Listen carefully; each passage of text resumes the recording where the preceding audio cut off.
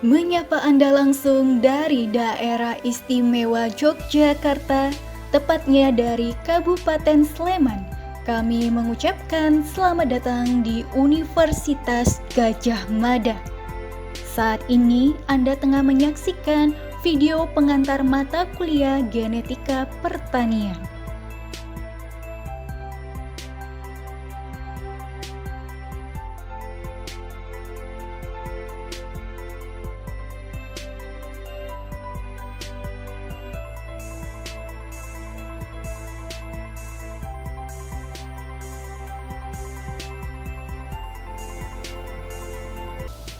Oh hai, halo apa kabar? Assalamualaikum warahmatullahi wabarakatuh.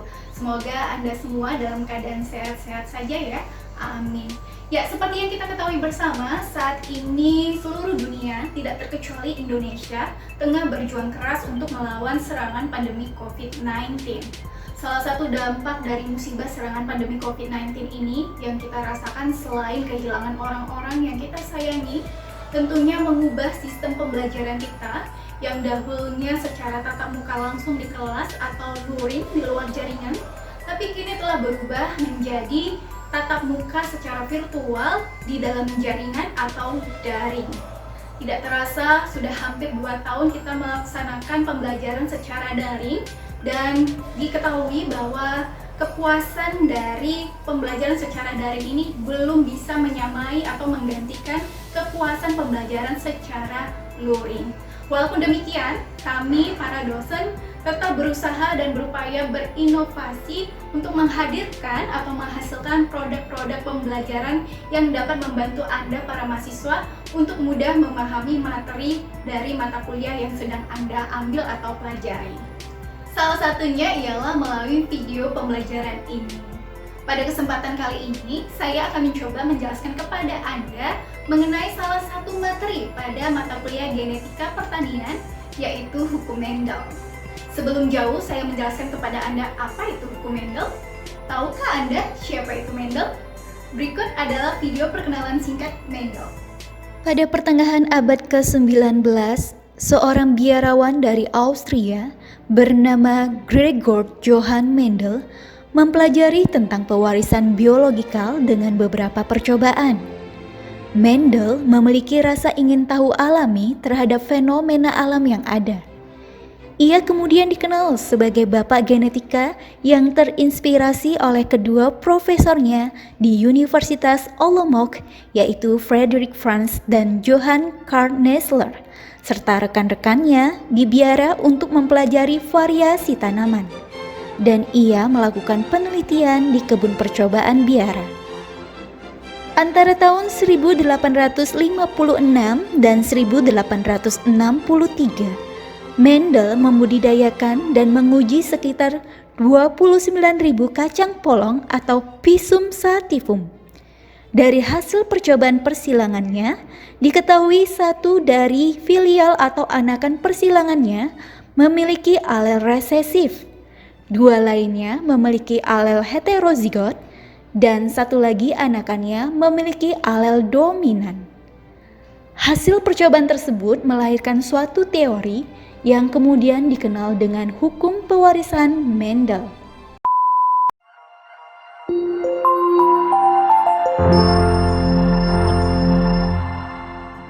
Ya saudara, setelah Anda mengenal siapa itu Mendel, maka akan lebih mudah bagi Anda dalam mempelajari atau memahami hukum Mendel jika Anda telah lebih dahulu mengetahui beberapa hal dasar sebagai berikut.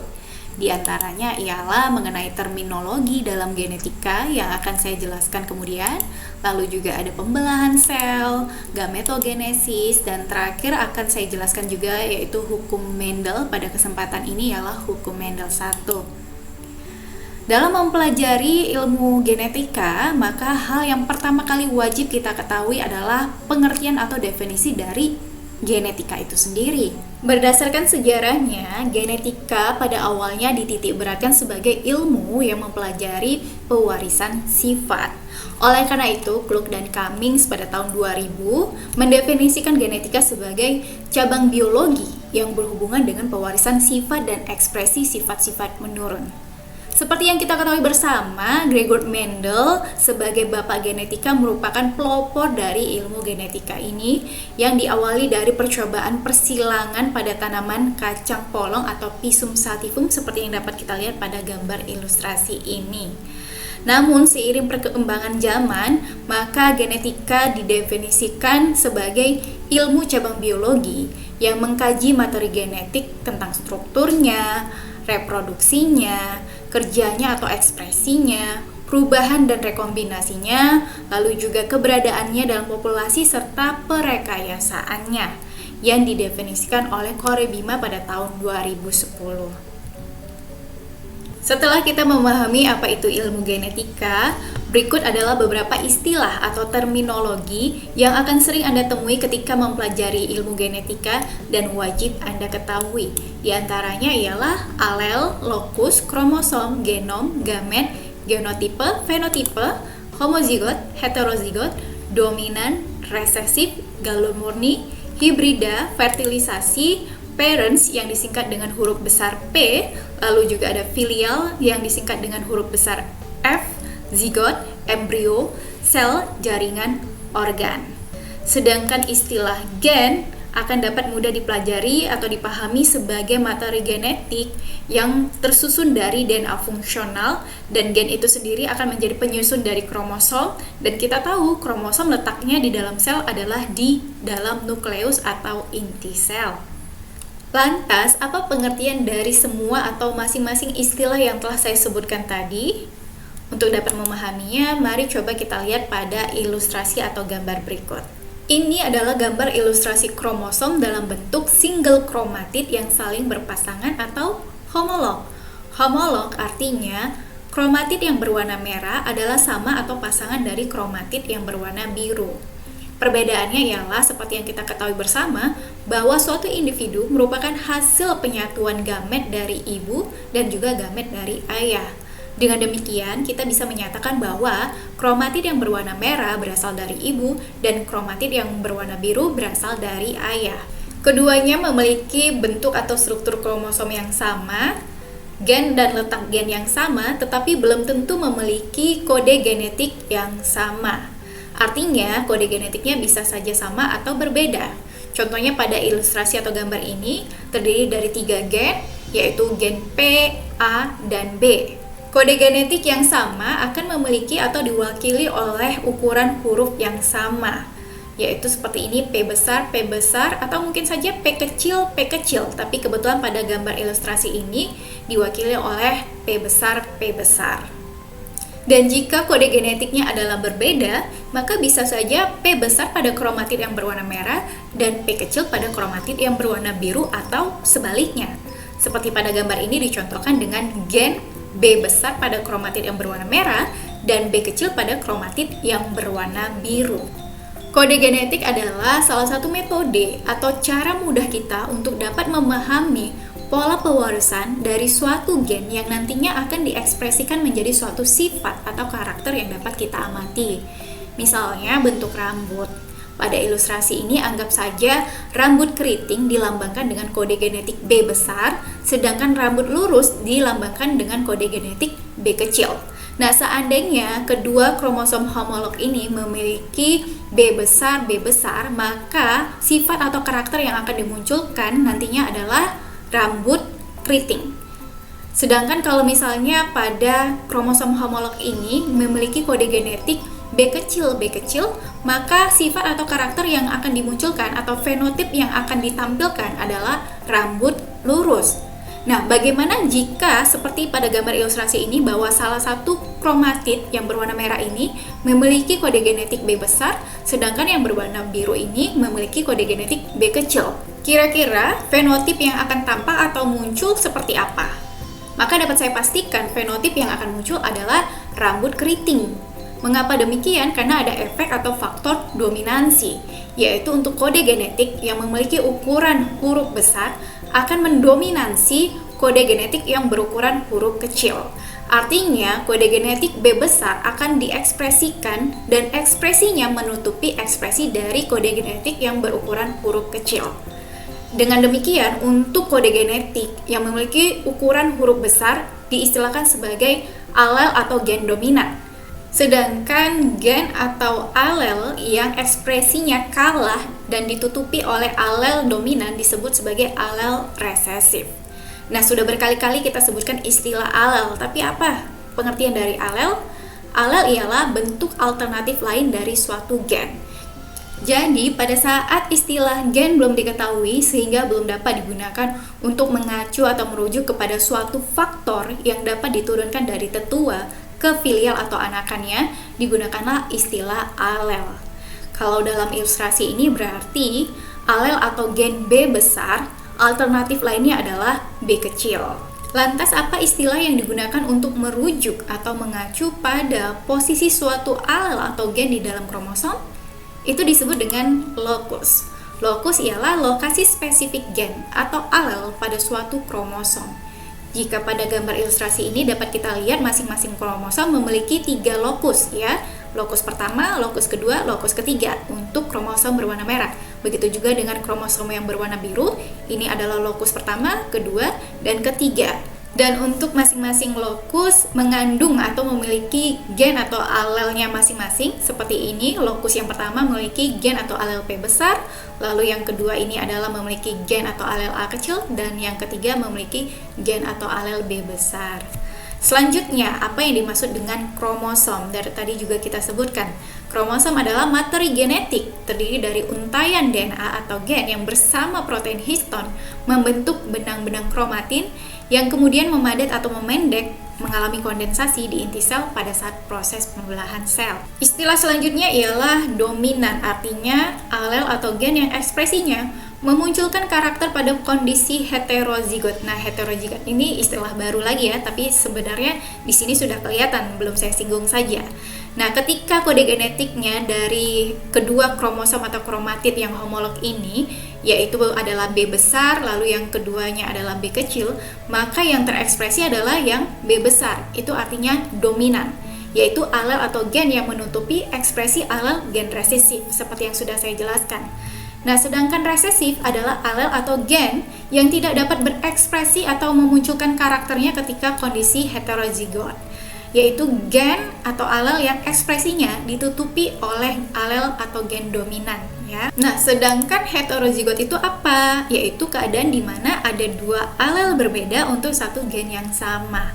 Nah, ini ya contohnya, ada 2 alel yang berbeda yaitu B besar dengan B kecil, tapi padahal ini sebenarnya sama-sama mengkodekan satu sifat atau karakter yang sama, yaitu bentuk rambut tadi contohnya ya. Nah, kalau misalnya alelnya adalah B besar, maka yang akan diekspresikan adalah bentuk rambut keriting. Sedangkan kalau yang B kecil, maka yang diekspresikan adalah rambut lurus. Ini sama-sama dikodekan oleh satu gen yang sama, yaitu gen B. Ya, tapi yang membedakannya adalah B besar dengan B kecil. Nah, itulah yang disebut dengan kondisi heterozigot, ada perbedaan. Nah, sedangkan jika tidak ada perbedaan atau sama saja disebut dengan homozigot, yaitu keadaan di mana terdapat 2 alel yang sama untuk satu gen yang sama. Contohnya antara yang ini dengan yang ini ya. Ya, jadi seperti yang bisa kita lihat pada gambar ilustrasi ini, bahwa untuk gen P yang mengkodekan suatu sifat atau karakter nantinya ketika diekspresikan, kebetulan kondisi kode genetiknya atau alelnya pada kedua kromosom yang homolog ini adalah sama, yaitu sama-sama P besar. Nah, di sini juga sama, tapi adalah A kecil. Sehingga kondisi yang sama ini itulah yang disebut dengan homozigot, yaitu keadaan di mana terdapat 2 alel yang sama untuk satu gen yang sama. Nah, kalau dia kondisinya sama-sama P besar seperti ini, itu disebut dengan homozigot dominan. Sedangkan kalau kondisinya adalah sama-sama berukuran kecil seperti ini, yaitu A kecil, itu disebut dengan homozigot resesif. Nah, selanjutnya ialah istilah genotipe, artinya adalah susunan genetik atau keadaan genetik suatu individu atau juga keadaan genetik suatu lokus. Contohnya ini ya, genotipe pada individu yang memiliki kromosom homolog untuk P besar pada kromosom yang berwarna merah dan P besar juga untuk kromosom yang berwarna biru, berarti genotipenya adalah P besar.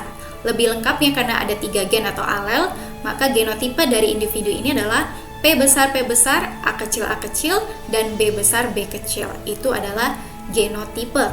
Nah, sedangkan fenotipe dari tadi juga sudah kita sebutkan berkali-kali, Artinya adalah penampakan atau tampilan luar dari suatu individu, atau bisa juga didefinisikan sebagai sifat atau karakter yang dapat diamati secara langsung, di mana fenotipe juga diketahui merupakan manifestasi dari kombinasi pengaruh genotipe dan lingkungan. Artinya fenotipe tidak hanya ditentukan satu-satunya oleh genetik atau genotipe, tapi juga dipengaruhi oleh faktor lingkungan. Seandainya ada dua individu dengan genotipe yang sama tapi dibesarkan di dua lingkungan yang berbeda, maka fenotipe yang akan dimunculkan atau yang tampak bisa jadi berbeda. Itu adalah pengaruh dari lingkungan terhadap genetik atau genotipe. Nah, itulah pengertian dari fenotipe. Dan untuk dapat membantu Anda lebih memahami apa yang dimaksud dengan fenotipe, maka dapat kita gunakan gambar atau ilustrasi berikut sebagai contoh. Ini adalah gambar untuk perbedaan yang dapat kita amati atau tampak pada kacang ercis atau kapri atau Pisum sativum.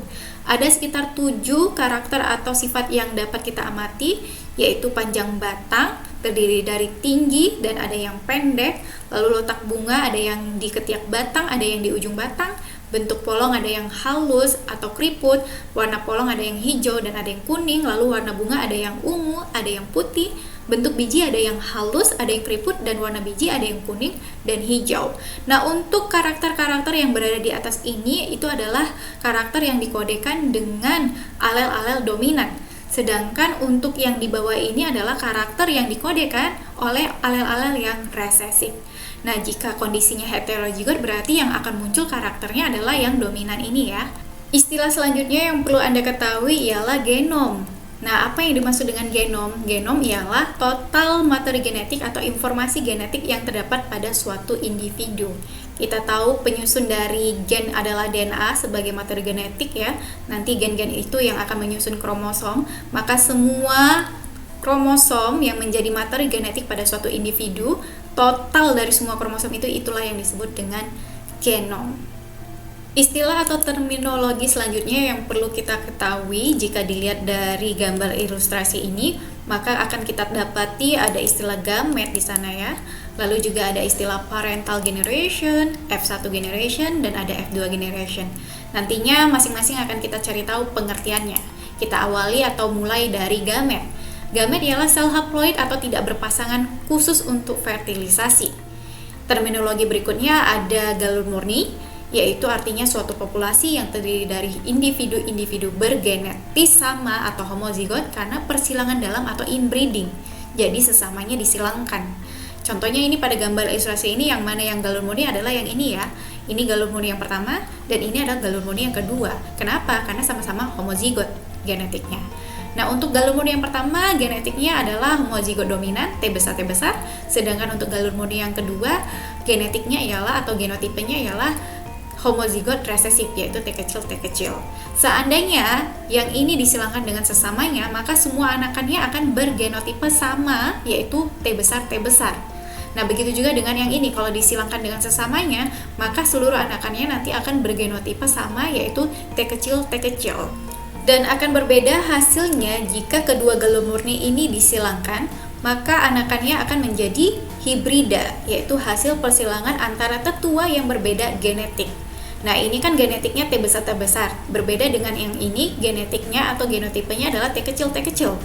Maka anakannya nanti akan memiliki variasi atau perbedaan genetik, yaitu T besar dan T kecil. Nah, inilah yang disebut dengan hibrida. Dan ini adalah generasi pertama atau F1. Nah, selanjutnya ada istilah fertilisasi, yaitu proses pembuahan yang terjadi akibat peleburan sel gamet jantan dan sel gamet betina untuk menghasilkan keturunan. Perlu diingat bahwa gamet atau sel gamet dapat diperoleh dari hasil proses pembelahan sel secara meiosis. Apa itu meiosis akan saya jelaskan nanti ya. Terminologi berikutnya ialah parents atau P besar, artinya tetua jantan atau ayah, atau tetua betina atau ibu. Pada gambar ilustrasi ini dapat kita anggap saja yang ini yang jantan dan ini yang betina. Jadi keduanya inilah yang disebut dengan parents.